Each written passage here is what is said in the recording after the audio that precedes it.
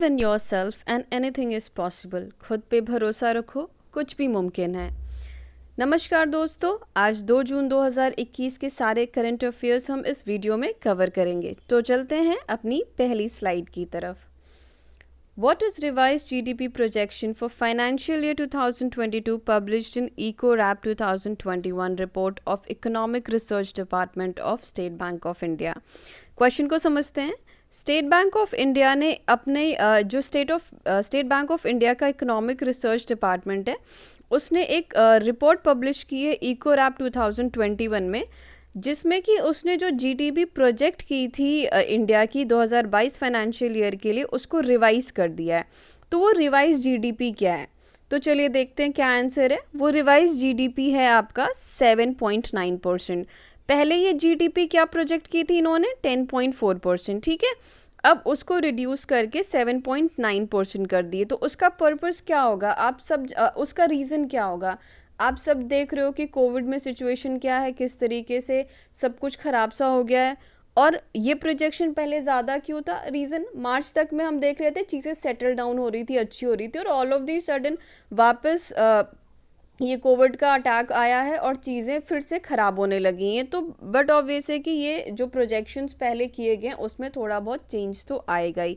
तो जो प्रोजेक्शन उनका 10.4% का था, अब उन्होंने 7.9% कर दिया। ठीक है, इसमें से देखिएगा क्या क्या क्वेश्चन बन सकता है। इसमें ये भी पूछ सकता है कि वो ऑर्गेनाइजेशन जिसने कि 10.4% से इंडिया की जीडीपी प्रोजेक्शन को 7.9 कर दिया, वो कौन सा है, तो वो आपको पता होना चाहिए।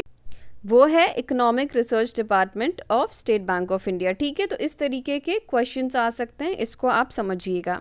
सेकेंड क्वेश्चन है, when is world milk day celebrated. दुनिया भर में वर्ल्ड मिल्क डे कब सेलिब्रेट किया जाता है हर साल, तो वो सेलिब्रेट किया जाता है 1 जून को। ठीक है, थीम भी इसका देख लीजिए, क्योंकि कभी कभी क्वेश्चन में थीम भी आ सकता है, एग्जाम में थीम का भी क्वेश्चन आ सकता है। Sustainability in the dairy sector with the message on nutrition. ठीक है, और ये मिल्क डे सेलिब्रेट करने का पर्पस क्या है, आप जानते हैं कि मिल्क कितना न्यूट्रिशियस होता है, कितना हेल्दी होता है हमारी बॉडी के लिए। कहीं ना कहीं इसको कंप्लीट फूड भी कंसिडर किया जाता है। तो इसको जितना ज़्यादा हम प्रोपेगेट करेंगे, जितना ज़्यादा लोगों तक पहुँचेगा, उतना ही हमारा जो वर्ल्ड है वो हेल्दी बनेगा। ठीक है, सेकेंड क्वेश्चन की तरफ चलते हैं। Goa government established Goa Institution for Future Transformation GIFT. It will work on the line of। ठीक है, तो एक इंस्टीट्यूशन गोवा गवर्नमेंट ने बनाया है जिसका नाम है Goa institution for future transformation. ये किसके लाइन लेंथ पे काम करेगा, तो ये काम करेगा नीति आयोग के पैटर्न पे। इसका पर्पस क्या है, काम क्या है इसका, क्यों बनाया गया, ये क्या करेगा, तो ये असिस्ट करेगा, एडवाइस करेगा, गाइड करेगा गवर्नमेंट को। यानी कि ये अगर कोई पॉलिसी गोवा गवर्नमेंट बना रही है तो उसमें क्या हेल्प, क्या एडवाइस कर सकता है, यानी वो कैसे और अच्छी हो सकती है, या फिर उस जो भी पॉलिसी बन रही है वो कैसे स्पीडली लोगों तक पहुंचे, इम्प्लीमेंट हो। तो इन सब चीज़ों में ये जो Goa institute for future transformation है, जिसका एक्रोनिम है GIFT, वो हेल्प करेगा। ठीक है, अब जब हमने नीति आयोग की बात की है, तो थोड़ी बहुत चीज़ें मैं नीति आयोग के बारे में भी बता देती हूँ। देखो, नीति आयोग का फुल फॉर्म हमें पता होना चाहिए, वो है national institution for transforming India. ठीक है, और हमेशा याद रखना कि नीति आयोग के चेयरपर्सन वही होते हैं जो हमारे देश के PM होते हैं। और ये कब स्टैब्लिश हुआ था, तो जब बीजेपी की सरकार यानी मोदी जी की सरकार आई थी, उसी टाइम ये इस्टेब्लिश हुआ है, यानी 2015 में इस्टेब्लिश हुआ है। इसने प्लानिंग कमीशन को रिप्लेस किया था। ठीक है, तो इतना आपको पता होना चाहिए। चलिए नेक्स्ट क्वेश्चन की तरफ चलते हैं, बहुत ही अच्छा है, इंपॉर्टेंट, मार्क कर सकते हैं आप। Name the India's first indigenous temperature data logger developed by IIT Ropar. IIT Ropar ने एक डिवाइस बनाई है जो टेम्परेचर को ना ही नापेगा ही नहीं, बल्कि आपका जो भी डेटा वो मेंटेन करेगा, वो एक ऐसी डिवाइस है कि आप कंप्यूटर पे कनेक्ट करके वो सारे डेटा को कलेक्ट भी कर सकते हैं। तो पहले ये डिवाइस इंडिजिनस, देखो इस ऐसा नहीं कि ऐसी डिवाइसेस मार्केट में नहीं है, बट इस डिवाइस की खास बात क्या है कि ये इंडिजिनस डिवाइस है। ठीक है, यानी कि स्वदेशी। स्वदेशी का मतलब जो कि पूर्णतः हमारे देश में ही बनी ही है, इसको बाहर से नहीं कुछ इसमें यूज़ किया गया है। तो ये जो डिवाइस है, इसमें और क्या खास बात है, देखो जो हम बाकी डिवाइसेस मार्केट में मिलती है अगर हम उसकी बात करेंगे तो वो 30 से 60 दिन का टेम्परेचर तक मेंटेन कर पाती है एक बार में। इसको जब आप एक बार चार्ज करोगे तो आपको 90 दिन तक ये चार्ज रहेगा। -40 से +80 डिग्री तक के टेम्परेचर को ये नाप सकता है, ठीक है, उसमें वर्क कर सकता है। और प्लस जो डिवाइस मैंने बताया कि USB पैटर्न पे, तो उस डिवाइस को आप अपने कंप्यूटर पे जो भी डेटा लेना चाहते हैं ले सकते हैं। अब अगर कोई चीज़ ऐसी है जो टेम्परेचर उसका होना चाहिए उस टेम्परेचर से बाहर जा रही है तो ये बता देगा, जिससे कि आपको पता चल जाएगा कि वो चीज़ अब ख़राब हो गई है, यूज़ के लायक नहीं है, ठीक है। अब देखिए हमने ये तो देखा कि IIT रोपर ने डेवलप किया है, बट IIT रोपर के अंदर किस डिपार्टमेंट में ये डेवलप हुआ है? तो IIT रोपर का एक रिसर्च सेंटर है जिसे अवध बोला जाता है, जिसका फुल फॉर्म है agriculture and water technology development hub, ठीक है, उसने इसको डेवलप किया है। चलिए नेक्स्ट क्वेश्चन की तरफ चलते हैं। OECD, Organization for Economic Cooperation and Development, has cut India's growth projection from 12.62।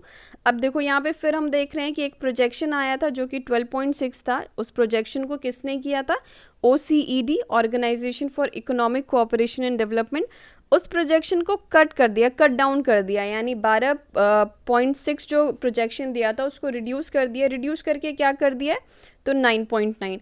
ध्यान रखना कि ये क्वेश्चन वाइस वर्सा भी आ सकता है कि वो कौन सा ऑर्गेनाइजेशन है जिसने अपना जो इंडिया के ग्रोथ के प्रोजेक्शन को 12.6 से 9.9 कर दिया, तो आपको पता होना चाहिए कि वो OECD है, organization for economic cooperation and development, ठीक है। अब यहाँ पे एक बहुत ही अच्छी तस्वीर आप देख रहे हैं, ये है पहले क्वेश्चन देख लेते हैं। Who has won Belgrade Open Title 2021? ठीक है, किसने बेलग्रेड ओपन टाइटल 2021 जीता है?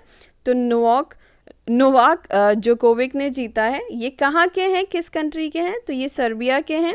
और देखिए सर्बिया, बेलग्रेड क्या है? सर्बिया की कैपिटल है, तो इससे हम ये समझ सकते हैं कि ये जो टाइटल हुआ था ये कहाँ पे हुआ था? ये इनके कंट्री में ही हुआ था, तो इन्होंने अपने होम फैंस के सामने इस टाइटल को जीता, जो इनको बहुत अच्छा लगा होगा।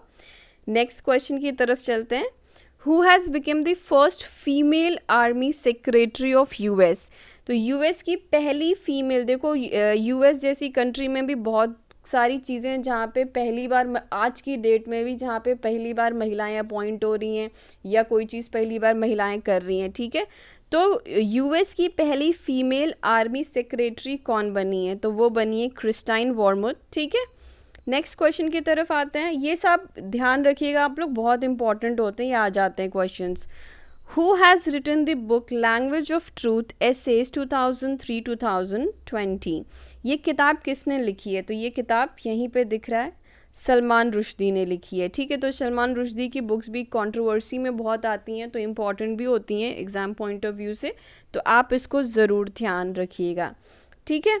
तो चलिए आज का जो करंट अफेयर्स का सेशन है यहीं पे ख़त्म होता है। आई एम श्योर आपको ये इम्पॉर्टेंट लगा होगा और आपके लिए यूज़फुल भी है, और मैं आपसे यही बोलूँगी कि अगर आपको ये कंटेंट अच्छा लग रहा है तो प्लीज़ चैनल को लाइक कीजिए, सब्सक्राइब कीजिए और शेयर कीजिए। Thank you so much.